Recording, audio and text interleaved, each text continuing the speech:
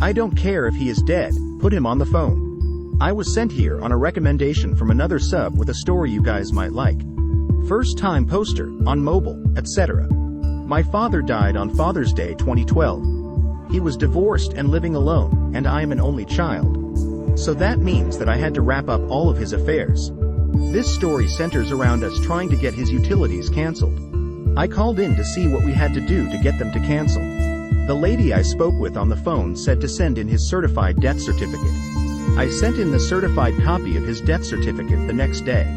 The next month got another bill. I called again and a new woman answered.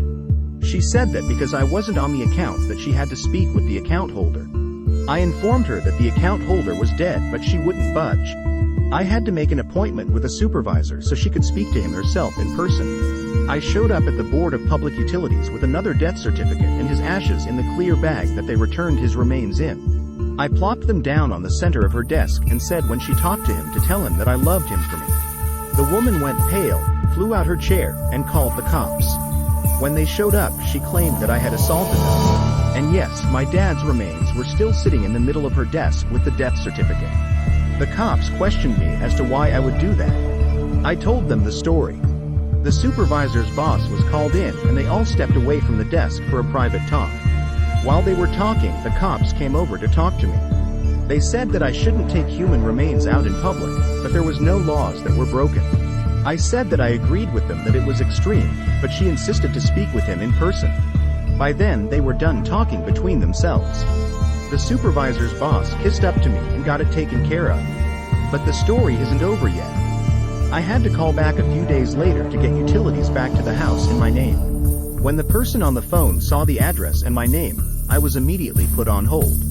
The supervisor's boss that finally helped me got on the phone. She sucked up to me and waived all of the fees that come with setting up utilities. Just as the call was ending, she informed me that she was again so sorry for the employee's lack of compassion. She said that the employee was terminated and again she is so very sorry. TLDR. Ignorant employee asked to speak to dead dad. Had a meeting in person, brought his ashes, got her fired. Edit. I can't believe this blew up. I'm so grateful for all of the love and support in this post. And for those who doubt the validity of the story, I hope when you are in my shoes and doing the same that you have an easier time than I did.